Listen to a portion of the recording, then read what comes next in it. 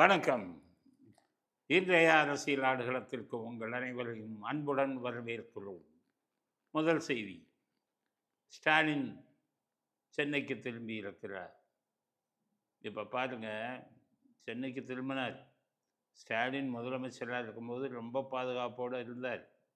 ஆனால் யாருமே முதலமைச்சராக இருக்கும்போது அவளை பாதுகாப்போடு இருந்தவங்க பதவி இழந்தவுடனே ஒரு பாதுகாப்பும் இல்லாமல் தான் இருப்பாங்க. ஜெயலலிதாவே எப்படி இருந்தாங்கன்னா ஒரு பாதுகாப்பும் இருக்காது. முதலமைச்சராக தோத்துட்டாங்கன்னா எல்லோருக்கும் அதுதான் நம்ம தமிழ்நாட்டில் நிலைமை. ஆனால் ஸ்டாலின் இன்னைக்கு அண்ணா அறிவாலயம் வந்திருக்காரு. அண்ணா அறிவாலயம் வரும்போது அவர் எப்படி வராருங்கிறத இந்த வீடியோவை காமிக்கிறவங்களுக்கு அந்த வீடியோவை பாரு.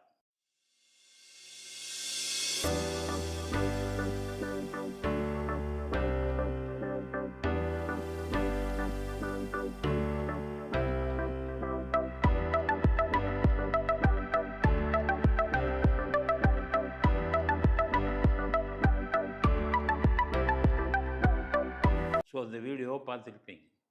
எத்தனை பாதுகாப்பு அதிகாரிகள் சஃபாரி போட்டு ஒவ்வொருத்தருக்கும் 1,50,000 2,00,000 மாத சம்பளம். கிட்டத்தட்ட ஒரு 8-10 பேர் இருப்பாங்க பாதுகாப்பு அதிகாரிகள். அப்போ பார்த்தீங்கன்னா ஒரு மாதத்துக்கே 20,00,000 சம்பளம் கொடுக்கணும் அவங்களுக்கு. எத்தனை கார் பின்னாடி வருது பார்த்துக்கோங்க. ஆக ஒரு மாதத்துக்கு 40 லட்சம் 50 லட்சம் ரூபா இவருக்கு செலவே. பெரிய வானத்திலிருந்து குதிச்சார்ல. ஸோ இதில் போயிட்டு ஆந்திராவில் இருக்கிற இதில் ஓங்கோலில் போய் எப்படிப்பட்ட வீட்டில் வாழ்ந்தீங்க? எளிமையாக இருக்கிறதுக்கு பழகிக்கங்கய்யா. நீங்கள்லாம் ராஜ பரம்பரையா நீங்கள்லாம்? நம்ம தமிழ்நாட்டில் எத்தனை பேர் இருந்தாங்க? கக்கனெல்லாம் தேர்தலில் தோக்கும்போது தோத்துட்டோம் அப்படின்னு தோத்து கொண்டு இருக்கிறோம் அப்படின்னு தெரிஞ்ச உடனே ஓபி ராமன் அவர் உங்களை முந்தி கொண்டிருக்கிறார். எத்தனாயிரம் 20,000 முந்தி கொண்டிருக்கிறார். அப்போ தோல்பது உறுதினு ரப்பர் செல்ப்பை மாட்டிட்டு மந்திரியாக இருந்தார், காவல்துறை மந்திரியாக இருந்தார், வெளில போனார். இதே தான் அண்ணாவும். அறிஞர் அண்ணா பனியன் போட்டு இருந்தாருன்னா அந்த பனியனில் அத்தனை ஓட்டைகள் இருக்கும். சம்பளத்தை வாங்கி தான் ஒரு பனியன் வாங்கணும்னு இருந்தாங்க. அப்படி இருந்த திராவிடம், இந்த திராவிடம்ங்கிறது நம்ம தமிழ்நாடுங்கிறது அப்படி இருந்தது.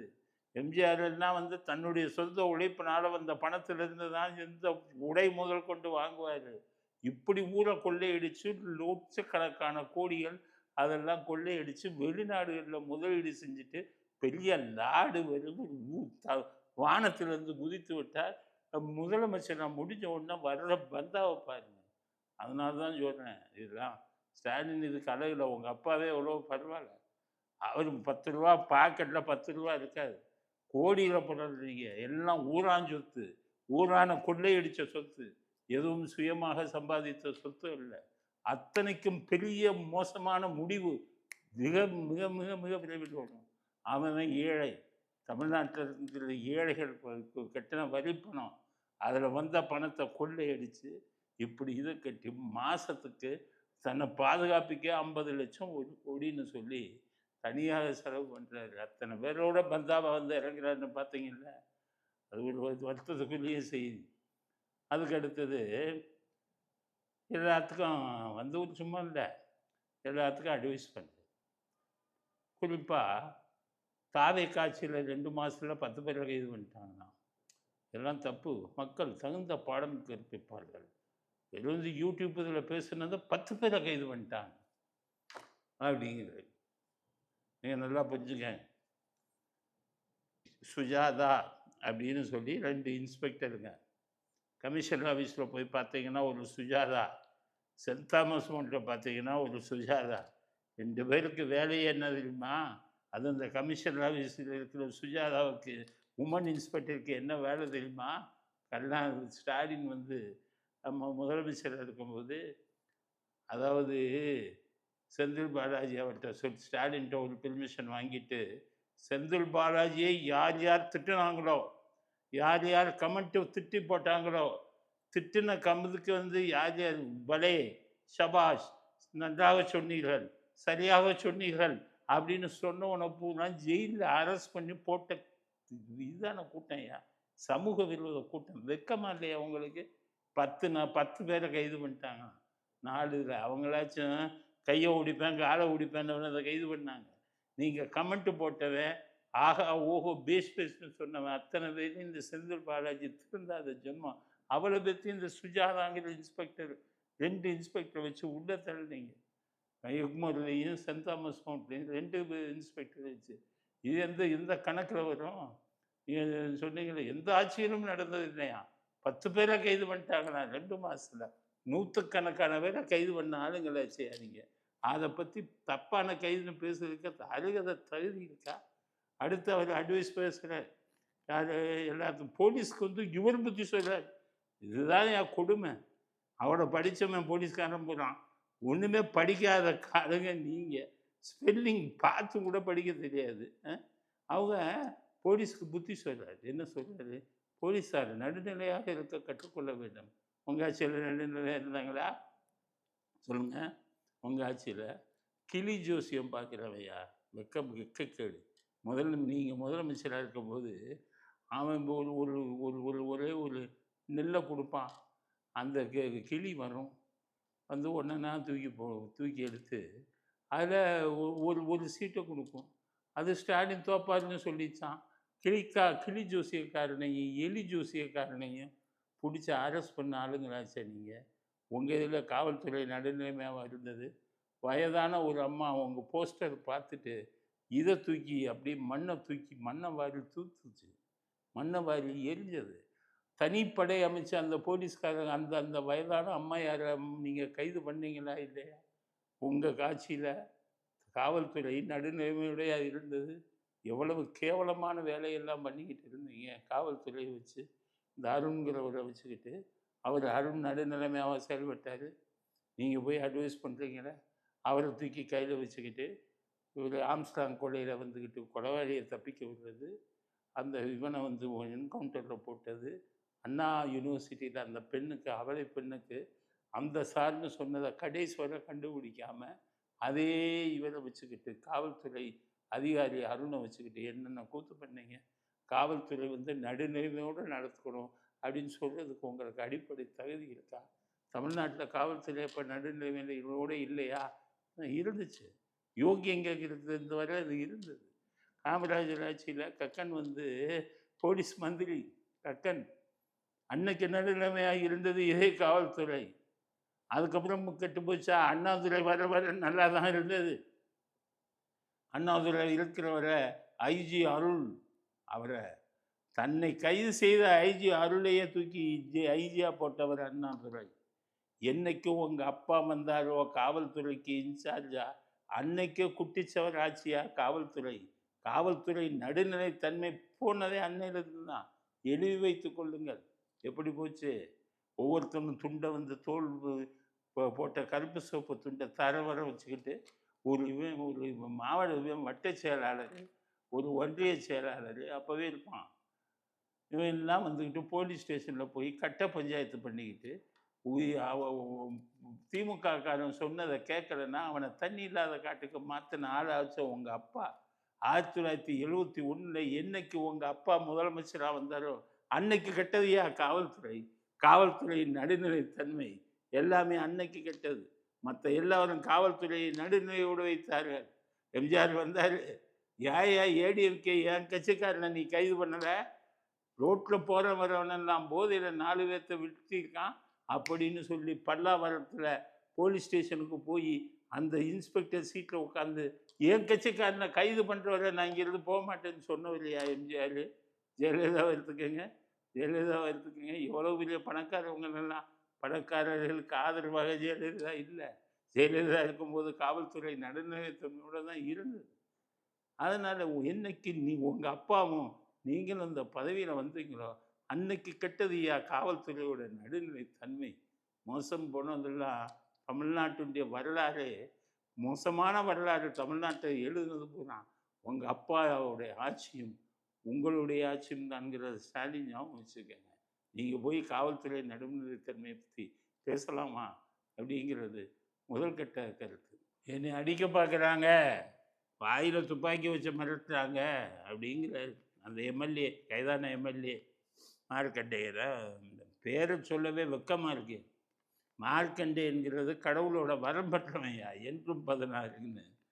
அதனால தான் உங்கள் பேருக்கே வந்து மாற்றி சொன்னேன். அந்த பேருக்கே தகுதி இல்லாத திமுக எம்எல்ஏ கையை ஒடிப்பேன் காலை ஒடிப்பேன்ட்டு இப்போ வந்துட்டு போலீஸ் வாயில் துப்பாக்கி வச்சு மிரட்டுறாங்க. துப்பாக்கி வச்சு மிரட்டின வாயில் சுட்டு இருக்கணும், அந்த வாயை சுட்டு இருக்கணும். அப்படிப்பட்ட வார்த்தைகளை பேசிட்டு அவர் அங்கேருந்து அனிதா பல்வி அவர் வர்றாரு. ஏடிஎஸ்பியோட 10,000 பண்ணுறாரு பாருங்க. இந்த வீடியோவை பாருங்க.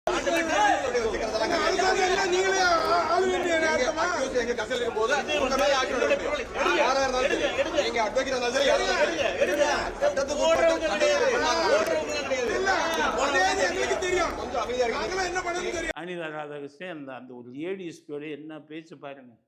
திமுக காரன்னா காவல்துறை அதிகாரியை மதிக்கணும். எவ்வளவு இது சொல்லிட்டு அவனோட தயாராக பண்ணுறாரு. அவர் இவர் இது பண்ணி இவரை கூட்டிகிட்டு போகிறாங்க. 50 வக்கீல் பின்னாடி போகிறாங்க. 50 வக்கீலும் இவருக்கு ஜெயிலுக்கு அனுப்பக்கூடாதுன்னு வாதாடுறாங்க. இந்த 50 வக்கீல் போகிறது 100 வக்கீல் போகிறதெல்லாம் ஒருத்தவங்க கூட பேச மாட்டான், எல்லாம் கூட்டமாக போவான். இப்போ பேசுகிறாள் ஒரு ஆள் பேச தெரிஞ்சால் தானே இவங்களுக்கெல்லாம் என்னத்தை பேச தெரியும் சொல்லி என்னத்தை சொல்லுவீங்க? பாட்டி ஒன்று நோட்டீஸ் கொடுக்காம எப்படி அரெஸ்ட் பண்ணேன்னு கேட்பையா? அப்படி கேட்க தெரியுமா உனக்கு? பாட்டி ஒன்று நோட்டீஸ் கொடுத்து தான் அரெஸ்ட் பண்ணணும்னு எந்த ஜட்ஜ்மெண்ட்டில் வந்திருக்கு? சுப்ரீம் கோர்ட் ஜட்ஜ்மெண்ட்டு என்ன? அதில் வந்தக்கூடிய விஷயங்கள் என்ன?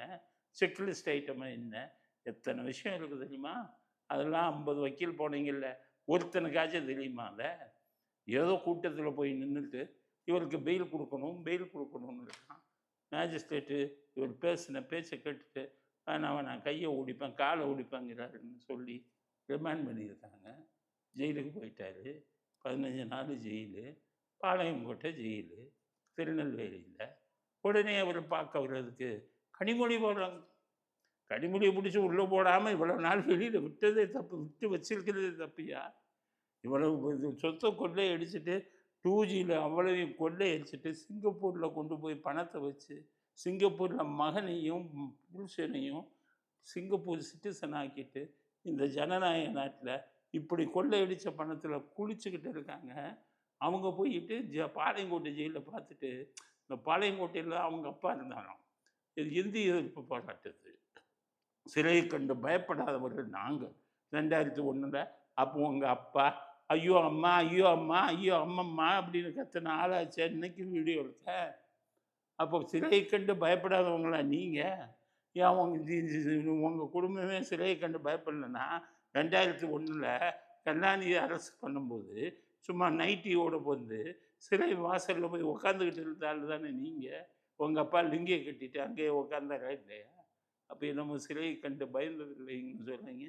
சிறையை கண்டுட்டு உங்கள் ஸ்டாலின் எல்லாம் பெங்களூருக்கு ஓடினார். அதனால சொல்கிறேன், என்னமோ ஒரு பெரிய தியாகம், தேச தியாகி ஜெயிலுக்கு போகிற மாதிரி பின்னாடி போய் ஒரு கூட்டம் நிற்கிது. வெக்கம் இல்லை இந்த கூட்டத்துக்களுக்கெல்லாம் அப்படிங்கிறது தான் எங்களுடைய கேள்வி. ஏதோ தப்பு பண்ணால, நீங்கள் தப்பு பண்ணாமல் உங்களை பிடிச்சா கைது பண்ணி உள்ளே போட்டாங்க. அப்போ நீங்கள் குதிக்கிறீங்க, இது பண்ணீங்கன்னா ரைட்டு ஏற்றுக்கலாம். தப்பு பண்ணிவிட்டு நாங்கள் இப்படி தான் பேசுவோம், கையை ஓடிப்போம் காலை ஓடிப்போன்னு தான் பேசுவோம். நீ கைது பண்ணக்கூடாது, கைது பண்ணனா 50 வக்கீலோடு இருந்துருப்போம் அப்படின்னா எந்த வகையில் நியாயமாக இருக்கும்? நல்லா யோசிச்சு பாருங்க. அப்படிங்கிறத அடுத்த கட்ட கருத்தா இந்த மார்க்கண்டேயன் எம்எல்ஏங்கிற விஷயத்தில் அடுத்த கட்ட கருத்தா பதிவு செய்ய விரும்பும். அடுத்தது இந்த அப்பாவும் ஒழுங்காக தோத்தாச்சு, அப்பாவும் எம்எல்ஏல தோத்தாச்சு, ஒழுங்காக ஓய்வு பெற்றுட்டு போயிடுங்க. வந்து இதை அழிக்க விடுறது இதை விட்டுறீங்கன்னா மற்றவனுக்கு வந்து இருக்கிறவெல்லாம் காதில் பூ வச்சவன் இவங்க மட்டும் பெரிய இவர் நினைப்பா? ஃபேக் ஐடி மூலம் ஃபேக் ஆட்சியை பிடிச்சாங்க.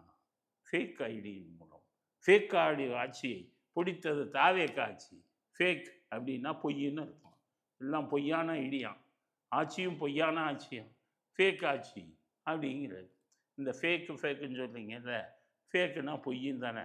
பொய்யான இதில் ஆட்சி பிடிச்சிட்டாங்க இல்லைங்கள. உங்களுக்கு வர எந்த தேர்தலையாவது கள்ள ஓட்டு போடாமல் உங்கள் கருணாநிதி ஜெயிச்சிருக்கிறத சொல்லு. 96 ஒரே ஒரு தேர்தலை தவிர அது கூட ரஜினிகாந்த் வாய்ஸ் கொடுத்து ரஜினிக்காக ஓட்டு போட்டார்களே முடிய உங்கள் கருணாநிதிக்காக எவராவது நேர் வழியில் ஜெயிச்சிருக்கீங்களா? எல்லாமே கள்ள ஓட்டு நீங்கள் போட்டது பூரா. ஸ்டாலின் ஆட்சிக்கு வாங்க. ஸ்டாலின் ஆட்சி என்னாச்சு? நீங்கள் 2021 வந்தீங்களே, அது ஃபேக் ஆட்சியா இல்லையா? யோசிச்சுப்பாங்க. அதாவது சார் அப்படிங்கிறதுல 75 லட்சம் ஓட்டை வந்து போலி ஓட்டுன்னு சொல்லி நீக்கினான். பார்த்தீங்களா?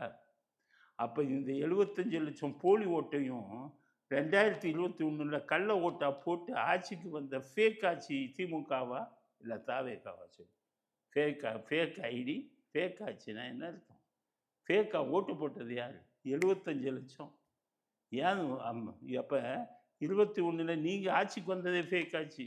இந்த 5 வருஷத்தில் ஃபேக் ஆட்சியாக வந்து ஃபேக்காக 75 லட்சம் கள்ள ஓட்டம் போட்டு இன்னைக்கு கோடிக்கணக்கில் இந்த 5 வருஷத்தில் கொள்ளையடிச்சு வச்சுருக்கேன். அந்த அடுத்து விடுங்க 24 2024 40க்கு 40 ஜெயிச்சான் திமுக. அப்போ 75 லட்சம் அந்த சார் இருந்ததில் ஓட்டை எடுக்காமல் 75 லட்சம் கள்ள ஓட்டை போட்டு 40க்கு 40 ஜெயிச்சான். ஃபேக் ஆட்சி யார்? ஃபேக் ஐடி யார்? எல்லாம் உங்கள் ஸ்டாலின் தான். இப்போ இது எல்லாம் முடிஞ்சிருச்சுன்னு வைங்க. இந்த தடவை அந்த 75 லட்சத்தை சார் இதில் நீக்காமல் இருந்திருந்தா விஜய் ஜெயிச்சிருக்கவே முடியாது. காரணம் அந்த 75 லட்சத்தை கள்ள ஓட்டு போட்டு 2 கோடி ஓட்டு வாங்கியிருப்பாங்க. இப்போ 1 கோடியே 15 லட்சமோ 20 லட்சமோ வாங்கியிருக்கான். அதோட கூட 75 லட்சத்தை சேர்த்திங்கன்னா விஜயை விட அதிகம் வாங்கியிருப்பான். அப்போ இதுவரை வாங்கின அத்தனை ஓட்டுக்களும் ஃபேக் ஓட்டு. இதுவரை வந்தது பூரா ஃபேக் ஆட்சி. இது ஆனது பூரா ஸ்டாலின் தான். எல்லாம் ஸ்டாலினும் கருணாநிதி இருந்தது பூரா இப்படித்தான் ஃபேக் ஆட்சி நடைபெற்றது. இதை விட்டுட்டு இப்போ வந்துக்கிட்டு ஏதோ இன்ஸ்டாகிராமில் ஃபேக் ஐடியை போட்டு ஃபேக் ஆட்சி நடக்குதுன்னு சொன்னீங்கன்னா, இன்ஸ்டாகிராமில் போஸ்ட் போட்டால் எல்லாம் ஓட்டு போட்டுருவானா? சும்மா போட்டு அவன் மனசில் விருப்பம் இருந்தால் தான் ஓட்டு போடுவான். மனதும் இதில் வந்து ஈடுபாட்டுடன் விருப்பத்தின் அடிப்படையில் தான் இந்த ஆட்சிக்கு ஓட்டு போட்டிருக்காங்கிறத அப்பாவு போன்றவர்களுக்கு செய்தியாக பதிய விரும்புகிறோம். நீட் தேர்வை கேன்சல் பண்ணணும்னு ஒரு ஆள் இப்போ நிற்கிறார். திருக்குறள் அவர் பேர், திருக்குறள் அறிவு அப்படின்னு அவர் பேர். அவர் விஜய் மாநாட்டில் பாட்டு பாடியிருக்காராம். அவர் போய் இதில் போய் போராட்டம் அப்படின்னு நீட்டு தேர்வை கேன்சல் பண்ணுங்கிறாரு. இந்த காக்ரோச்சாலன்னா ஸ்டாலினும் உதயநிதி பணத்தை கொடுத்து நீ தமிழ்நாட்டில் வந்து போராடுறா, நீட்டு தேர்வை கேன்சல் பண்ண ரத்து பண்ணணும்னு போராடு அப்படின்னு இவங்களை தூண்டி விட்டுருக்காங்க. இது செய்கிறது நாங்கள் விரும்பலாம். அவர்கள் எதற்கு போராடினாங்கன்னா, நீட் தேர்வு வினாத்தால் வெளியில் வந்துருச்சே, எப்படி வந்துச்சுன்னு சொல்லி டெல்லியில் போராடினா அவன் 2 நாளில் தமிழ்நாடுக்கு வந்து நீட் தேர்வை ரத்து பண்ணணும்னு போராடுறான்னா யார் பின்னணியில்? உதயநிதி தான் அதுக்கு பின்னணி. கோடிக்கணக்கான பணத்தை போராட்டக்காரர்களுக்கு கொடுத்து இங்கே வந்து பண்ணுங்கிறான். ஸோ பண்ணணுன்னு நீட்டு தேர்வை எதிர்த்து போராடுறாங்க. நீட் தேர்வை எதிர்க்கக்கூடிய அந்த காக்ரோச் கரப்பாம்பூச்சி பாஜக, கரப்பாம்பூச்சி ஜனதா பார்ட்டி, கரப்பாம்பூச்சி ஜனதா பார்ட்டிக்கும் அந்த அவங்களுக்கும் சொல்கிறேன், அந்த தெருப்பாளர்கள் இருக்கார்ல அவருக்கும் சொல்கிறேன், ஏப்பா நல்லா புரிஞ்சுக்கங்க. அதுக்கப்புறம் விஜயே வந்து நீட் தேர்வை ரத்து செய்யணுங்கிறாரு. தப்பு. விஜய் மாற்றிக்கொள்ளுங்கள். எதுக்கு சொல்கிறேன்னா, எஜுகேஷன் கல்வி யாருக்கிட்ட இருக்குது? மத்திய அரசாங்கத்திடம் இருக்குது. மாநில அரசாங்கத்துக்கும் மத்திய அரசாங்கம் 2க்குமே வந்துருச்சு அதிகாரம். இங்கே இருக்கிறவங்க கருணாநிதி பீரியட்லேயே வந்து அதை விட்டு கொடுத்துட்டாங்க. அதனால் இப்போ அங்கே போயிடுச்சு. அவர்கள் நீட் தேர்வை கொண்டு வராங்க. அதை ரத்து செய்கிறதுனா அது மாநில அரசாங்கம் கையில் இல்லை. எல்லாத்துக்கும் மேலே சுப்ரீம் கோர்ட் வர போய் சுப்ரீம் கோர்ட்டு தீர்மானமாக சொல்லிட்டாங்க, இல்லை நீட் தேர்வு வேண்டும், உலக அளவில் இந்த மாதிரி தேர்வுகள் நடைபெறுகிறதுன்ட்டாங்க. எல்லாத்துக்கும் மேலே இங்கே தமிழ்நாட்டில் கோடிக்கணக்கில் பணத்தை போட்டு மருத்துவக் கல்லூரியை ஓப்பன் பண்ணி வச்சுருக்கான் ஒவ்வொருத்தனும். அந்த மருத்துவக் கல்லூரியில் தகுதி இல்லாதவன் 40 மார்க்கு 42 மார்க் வாங்கினவன் எல்லாம் தேடி பிடிச்சி 1 கோடி கொடு, 5 கோடி கொடு, உனக்கு டாக்டர் சீட்டை வாங்கித்தரேன் அப்படின்னு வாங்கினான். இது ரொம்ப நாளாக நடந்துக்கிட்டு இருந்தது. தகுதி இல்லாதவன்லாம் டாக்டர் பட்டம் வாங்கிட்டு போனான். பல பேர்த்த கொண்டுக்கிட்டு இருந்தான். ஊசி போட தெரியல, சரியான மருந்து கூட தெரியல. மத்திய அரசாங்கம் பார்த்தாங்க, இது என்னடா இந்த மாதிரி இருக்க, அப்போ தகுதி தேர்வுன்னு ஒன்று வைங்க டாக்டர் பட்டத்துக்கு, அதுதான் நீட் தேர்வு, இந்தியா முழுவதும் வைங்க அப்படின்னு சொல்லி, ரஷ்யாவில் நீங்கள் போய் சேர்ந்தாலே நீட் மார்க் என்னன்னு கேட்பான். அப்போ நீட் மார்க்கு அங்கே கொடுக்கணும். சைனாவில் நீங்கள் எம்பிபிஎஸ் எழுதுனா நீட் மார்க் என்னன்னு கேட்குறான். அப்போ நீங்கள் வந்துட்டு தமிழ்நாட்டில் மட்டும் நீட்டை ஒழிச்சிட்டே என்ன பண்ண போகிறீங்க? அவன் நல்லா படித்தவனே எடுக்கணும்னு நினைக்கிறான். ஏன் பரீட்சை எழுதுங்கிறான். எழுதிட்டு போவீங்களா? அதெல்லாம் முடியாது.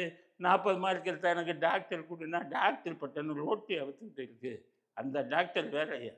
அரசியல்வாதி எல்லாம் ரோட்டில் விற்ற டாக்டர் விலகி டாக்டர் கலைஞர், டாக்டர் கருணாநிதினு போட்டானாங்களே, அந்த டாக்டர் இல்லை. இது மருத்துவம் பார்க்கணும். மருத்துவம் பார்க்குறவனுக்கு மருத்துவம் தெரியணும். மருத்துவம் தெரியணும்னா மருத்துவ கல்வி அப்போ நல்லா படிக்கணும். வெறும் பணம் மட்டும் இருந்தால் ரொம்ப மரியாதை நமக்கு நல்லா கிடைக்குங்கிறதுக்காக அங்கே வந்து பணம் படித்தவர்கள் எல்லாம் 40 மார்க்கு 42 மார்க்கு வாங்கும் தனது பிள்ளைகளுக்கு 5 கோடி 10 கோடின்னு கொடுத்து மருத்துவத்தின் இதையே கல்வியவே கெடுத்துருவாங்க அப்படிங்கிறதுக்காக கொண்டு வரப்பட்டது தான் இந்த நீட் தேர்வு. அந்த திருப்பாடகர் அவர் பேர் சொன்னாங்களே, அவர் யாருன்னு தெரியாது. இதை புரிஞ்சுக்கங்க. அதே மாதிரி காக்ரோச் வருத உதயநிதிட்ட பணத்தை வாங்கிட்டு போராடுறாங்க, அதெல்லாம் புரிஞ்சுக்கங்க. நீட் தேர்வு நம்ம நாட்டோட நன்மைக்காக கொண்டு வரப்பட்டது. இதில் போய் அரசியல் பண்ணாதீங்க, அரசியல் கொண்டு வராதிங்க. ப்ரைவேட் காலேஜ் வச்சோன்னா இன்னும் பிரச்சனை பண்ணிக்கிட்டு இருக்காங்க தெரியுமா? 4 கோடி 5 கோடியை வாங்க முடியலை. அவன் படத்தை ஒவ்வொருத்தருக்கும் கொடுத்து நீட்டுக்கு எதிராக பேசுகிறவங்ககிட்ட எல்லாம் பேசாதீங்க. நீட்டுக்கு எதிராக பேசாதீங்க. நீட்டுக்கு வந்து ஆதரவாக பேசாதீங்க. நீட்டு வந்து ஒழிங்க. உங்களுக்கு எத்தனை கோடி வேணாலும் பணம் கொடுக்கணும், பணம் கொடுத்து ஆட்களை சேர்த்துக்கிட்டு இருக்கான். மருத்துவக் கல்லூரி, தனியார் மருத்துவக் கல்லூரி வச்சவன் தான். அதனால தான் சொல்கிறேன், நீட் தேர்வுங்கிறது காலத்தின் கட்டாயம். அது சென்ட்ரல் கவர்மெண்ட் கையில் போயிடுச்சு, சுப்ரீம் கோர்ட்டுக்கும் போயிடுச்சு. எங்கெங்கே நடக்கிறதுல கொஸ்டின் பேப்பர் வெளியில் வருதுன்னா அந்த இதுக்கு வந்து அதுக்காக மூட்டை பூச்சிக்கு பயந்துக்கிட்டு ஒரு வீடையே தீ வச்சு கொடுத்த முடியுமா? நீட் தேர்வு வைக்கிறதுனால என்னென்ன லாபங்கள் இருக்குங்கிறதுக்காகத்தான் நான் இதை சொல்கிறேன். எனக்கு நீட் தேர்வுக்கு என்ன சம்மந்தம்? நான் போய் நீட் தேர்வு எழுத போகிறேன்னா? மக்கள் நன்மைக்காக சொல்லுகிறேன். நல்ல டாக்டர்கள், நல்ல மருத்துவர்கள் இந்த நாட்டுக்கு தேவை. அதற்காக கொண்டு வரப்பட்டது தான் நீட் தேர்வு. இந்த உதயநிதி, இந்த ஸ்டாலின் முதல் கையெழுத்து படிக்காத ஆளுங்க அவங்கெல்லாம். இவங்க சொல்கிறத வச்சுக்கிட்டு நீங்கள் எல்லாம் முடிவு பண்ணாதீங்க. அவங்க முட்டாளுங்க இந்த மாதிரி முடிவு பண்ணுறாங்க. எடப்பாடி வந்துக்கிட்டு முதல்ல அங்கே தீர்மானம் போட்டு கொண்டு வந்தது சட்டசபையில். எல்லாம் படிக்காத ஆளுங்கள்லாம் பெரிய பெரிய பதவியில் வந்தால் பதவி நாரிப்போகும் அப்படிங்கிறதுக்கு உதாரணமே இவங்கெல்லாம் தீர்மானம் கொண்டு வந்தது தான் அப்படிங்கிறத இறுதி கட்ட கருத்தாக பதிவு செய்கிறோம். இத்துடன் இன்றைய அரசியலாடுகளும் நிறைவு பெறுகிறது. மீண்டும் நாளை புதிய அரசியலாடுகளத்தில் சந்திப்போம். நன்றி, வணக்கம், ஜெய்.